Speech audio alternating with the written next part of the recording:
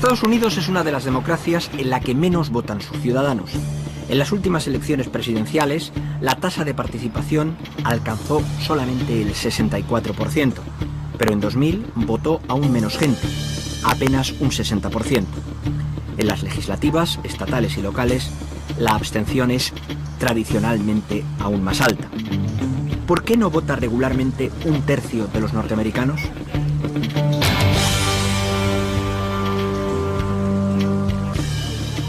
El catedrático español Vicens Navarro conoce muy bien el sistema político de Estados Unidos, donde vive hace 40 años. Es profesor en la Universidad Johns Hopkins de Baltimore y colaboró con la primera administración Clinton. La mayoría de la clase trabajadora no vota y no participa. ¿Por qué?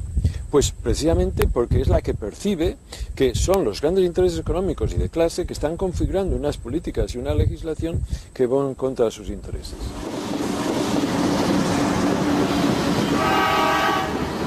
La ciudad de Pittsburgh es un buen reflejo de la América golpeada por la crisis. En otros tiempos era la capital mundial del acero, la 10ª ciudad de Estados Unidos. Hoy no está ni entre las 50 primeras. Solo en esta década ha perdido la 1/5 parte de sus puestos laborales. Hoy languidece golpeada por el paro y el pesimismo dominante entre su población. Este bar de Pittsburgh podría estar en cualquier ciudad tipo de Estados Unidos. La gente pasa su tiempo libre con sus distracciones habituales. Muchos blancos de la clase trabajadora, que a duras penas pueden considerarse clase media, le vuelven la espalda al sistema político porque perciben que contribuyen y no reciben servicios. Es una antigua ciudad de trabajadores siderúrgicos. Todos creen que el sistema está corrupto, que les van a sacar los cuartos, y eso es lo que más les preocupa. Eso es lo que yo diría. Y en cuanto al gobierno, da igual quién sea el presidente, van a ser escépticos igual. Yo pago un huevo de impuestos. La mitad de lo que gano se lo doy al gobierno y no me importa, ¿sabes? Vengo de una familia con suerte que me ha pagado unos estudios. No me importa pagar por los que no han tenido tanta suerte. Me parece estupendo. Pero ¿sabes lo que me cabrea? Que no tengamos seguridad social. Hay gente que no tiene cobertura médica. Estuve 2 días en el hospital y me costó $16.000. Y eso que tengo seguro médico, y el mejor. No es normal que en este país no tengamos seguridad social. El semanario The Nation es una de las publicaciones que expresan el pensamiento crítico en Estados Unidos. Su editora, en un reciente artículo, Just Democracy, ha denunciado las deficiencias de la democracia norteamericana. Creo que es cierto que nuestra política da a veces la impresión de desentenderse de la vida de la gente, y esto se debe a varios factores. Uno de ellos, por ejemplo, es el papel que desempeña el dinero en nuestro sistema. El dinero de las empresas, las grandes fortunas, que solo velan por su propio interés. ¿De dónde vienen estos fondos? La gran mayoría de grandes grupos económicos. Aquí la relación entre poder económico y poder político está muy ligado. Es lo que a nivel popular se llama Washington, que es el maridaje entre la clase política y el mundo empresarial, financiero, etc. El coste de las campañas electorales selecciona a los líderes políticos. En Estados Unidos, ser candidato equivale a ser millonario. Hay mucha gente que querría presentarse a elecciones a nivel estatal o a nivel local. Si a día de hoy cuesta $1 o 2 millones de dólares presentarse al Congreso, que es lo que cuesta, ¿quién se lo puede permitir? Los datos muestran que solo un 20% de las aportaciones individuales vienen de gente que ha pagado $200 o menos. Pero esto quiere decir que el 80% ha pagado $2.300, que esto es una cantidad que la clase trabajadora no tiene acceso. John McCain for president. Los medios de comunicación son cómplices de este sistema plutocrático. Viven en gran parte de la propaganda electoral y por eso son los menos interesados en promover un sistema que sea más independiente del dinero. Las campañas se financian con fondos privados, entonces los candidatos tienen que conseguir muchísimo dinero para poder tener acceso a la televisión, por ejemplo, que no tiene ningún tipo de regulación y que se vende al mejor postor. Yo diría que los medios son parte del problema porque no solo trivializan la política y convierten a los ciudadanos en consumidores y meros espectadores en lugar de ciudadanos, sino que encima se benefician de este dinero político. Son ellos los que perciben todo el dinero de los anuncios políticos con los que trafican. Otro elemento que explica la desgana por la política es la imposibilidad de superar el actual sistema bipartidista. El sistema bipartidista estadounidense se basa en un sistema mayoritario, que si un partido consigue más del 50% del voto, tiene todos los delegados, no solo el 50%. O sea, ¿qué quiere decir esto? Si un partido saca un 20% de voto, no tiene 20% de los delegados. Es que no tiene ninguno. En cambio, el que gana, lo gana todo. Entonces, para un tercer partido, comenzando ya, y que gane más del 50%, es imposible. El fomento del voto no se hace desde el poder o desde las instituciones, sino desde la sociedad civil. No hay nada parecido en Europa. Acorn es una de las decenas de ONGs que se dedican a promover el voto de los ciudadanos. Buenas tardes, señoras. Como Cassandra, yo soy de Acorn. Mucho gusto. Ay, bonito. Mira, más que me preguntas, ¿vas a votar para votar? Si lo hacen es porque son conscientes de que muchas personas que querrían votar no lo hacen, no pueden hacerlo, o se les pone muy difícil hacerlo. Incluso se les desincentiva para que lo hagan. En definitiva, se les priva del voto. No es casualidad que la gran mayoría de estos abstencionistas pertenezca a los colectivos menos favorecidos, las minorías raciales, los más pobres y los menos instruidos. En 4 o 6 semanas le van a llevar sus formas en el correo, en esta dirección, ¿ok? En las presidenciales de 2004 votaron más los blancos anglosajones, un 67%, que los negros, un 60%, los hispanos, un 47%, o los asiáticos, un 44%. Cuando se unen dos condiciones sociales desfavorables, minoría y pobreza, la abstención aumenta. Los abstencionistas pobres son más numerosos si son negros, un 38%, o latinos, 28%, que los blancos, solo el 18%. Otro dato revelador es el porcentaje de personas registradas por grupos étnicos. El 71% de los blancos frente al 61% de los negros, 10 puntos menos, o el 54% de latinos o 49% de los asiáticos. Si la participación de estas minorías fuera igual que la de los blancos, votarían casi 8 millones de norteamericanos más, lo suficiente como para haber conformado mayorías políticas distintas. Yo creo que el sistema en la práctica dificulta que las personas puedan ejercer, ciudadanas puedan ejercer su derecho al voto. Gran parte del mérito de que en las últimas elecciones presidenciales se registraran para votar 15 millones de personas más reside en el trabajo infatigable de estas ONGs dedicadas a la promoción del voto. Lógicamente, para votar hay que ser ciudadano, y para tener ciudadanía norteamericana hay que tener 5 años de residencia legal en el país, o 3 si se contrae matrimonio con un norteamericano o norteamericana. No es fácil, pero aun cuando se tengan los requisitos, es preciso acreditar la ciudadanía, y no es un trámite fácil ni barato precisamente. El año pasado todavía esto estaba a mediados de junio en $400. Después informó al gobierno que iba a subir a $675, y es cuando más nosotros hicimos trabajo para que la gente en ese momento pues pudiera ahorrarse $275 y pudiera aplicar de la residencia a la ciudadanía. Ok, ahora, ¿por qué supuestamente ellos justificaron este aumento? Pues para tomar mayor personal, darle mayor celeridad en el trámite, ¿sí? Pero definitivamente no, estamos en las mismas. Algunos estados tienen leyes que no se permite a nadie votar a menos de que presentarse un tipo específico de identificación. Y por eso muchas personas no tienen esta identificación. Por ejemplo, personas que nunca jamás por avión o no tienen coche, o ellas personas no pueden votar porque no tienen el tipo de identificación preferida por el gobierno. Otro obstáculo para votar en algunos estados consiste en la obligación de contar con un carné de identificación con foto. Se trata de un requisito aparentemente accesible para cualquiera, pero en realidad 21 millones de personas carecen de este tipo de documento con foto en los Estados Unidos. Tener un documento de identidad con foto emitido por el gobierno cuesta dinero, y es a veces difícil de obtener. Para varios millones de personas, esa puede ser una razón determinante para no votar. Y los republicanos y la Corte Suprema, dominada por los republicanos, como lo demostró, por ejemplo, hace poco, una medida en Indiana, están poniendo barreras al voto en lugar de facilitar los trámites para empadronarse. 35 estados restringen los derechos de votar para personas con condenas penales que no permanecen en cárcel. Y estas leyes son un legado del más vergonzoso pasado de este país, cuando la ley directamente restringía los derechos de voto para personas afroamericanas. Y si las tendencias actuales continúan, 3 cada 10 hombres afroamericanos van a perder su derecho de voto a algún momento en su vida. El argumento más frecuente para exigir toda esta gama de requisitos es la supuesta lucha contra el fraude. Para el Centro Brennan, estas cautelas resultan intimidatorias y a la postre innecesarias.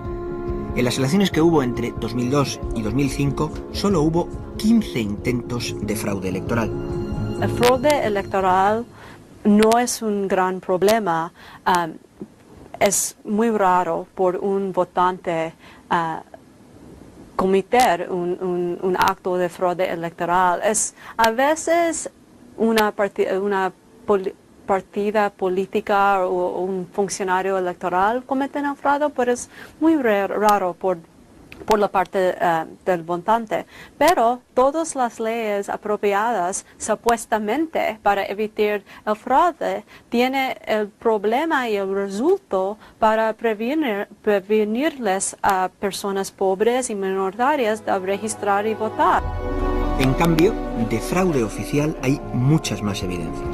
El mayor riesgo reside en el voto electrónico. En Estados Unidos hay 185.000 colegios electorales y 800.000 aparatos de votación. Un 38% de los votos se emite mediante el sistema de pulsación en pantalla u otros procedimientos electrónicos. Y el 80% de los votos son contados y tabulados por computadores.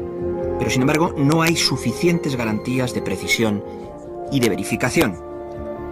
Los dueños de estas máquinas son unas pocas empresas privadas con una gran capacidad de presión. El software es secreto y no dispone de protección contra el ataque de piratas informáticos. Denuncias de ONGs, ciudadanos, periodistas y políticos han obligado a reparar, modificar o sustituir muchas de estas máquinas.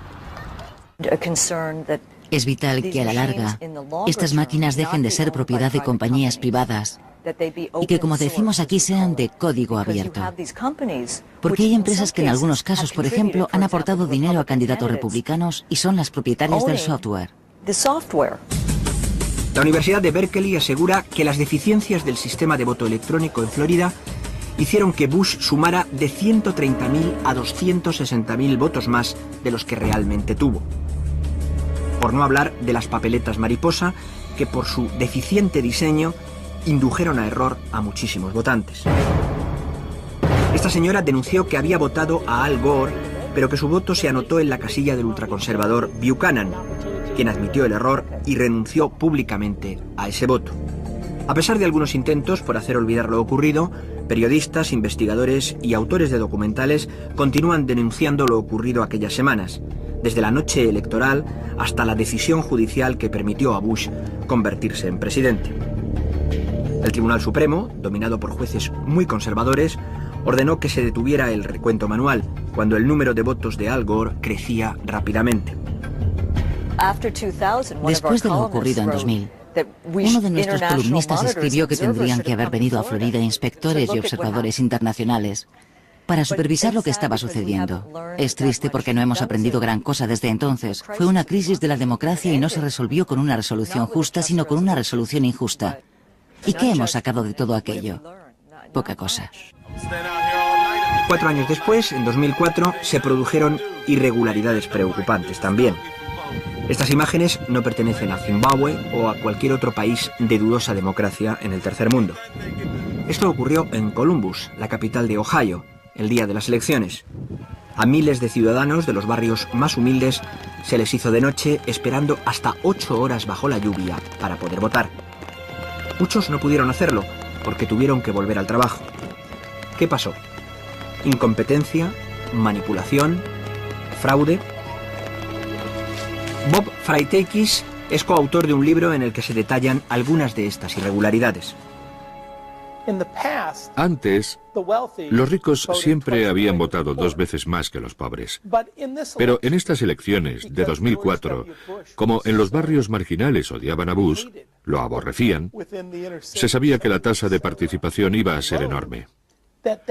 Lo que ocurrió fue que se estimó que esa tasa aumentaría en un 25% en las zonas pobres. Esto suponiendo que las elecciones transcurrieran normalmente. Necesitaban 5.000 máquinas, aunque terminaron celebrando las elecciones con 2.866 máquinas. Lo más curioso de todo es que se les olvidó colocar 125 de esas máquinas. Fuimos a averiguar dónde se les había olvidado poner esas 125 máquinas y resultó ser Columbus, una ciudad tradicionalmente demócrata, con un alcalde y un concejo municipal demócratas. Pero eso no ocurrió en ninguno de los suburbios republicanos. También se estropearon 77 de las máquinas, todas ellas en los barrios marginales. Un estudio del Washington Post indicaba que 6 de los 7 distritos con menos máquinas votaron a Kerry, mientras 27 de los 30 distritos con más máquinas votaron a Bush. Cuando fui a quejarme de que no hubiera máquinas, me contestaron que no podía hablar en ese momento ni con el director de la Junta Electoral ni con Blackwell, el secretario de Estado, ni tampoco con el director de la Junta Electoral porque estaban reunidos con Bush. Es decir, que era el día de las elecciones y la gente que organizaba las elecciones estaba reunida con los candidatos del partido al que apoyaban.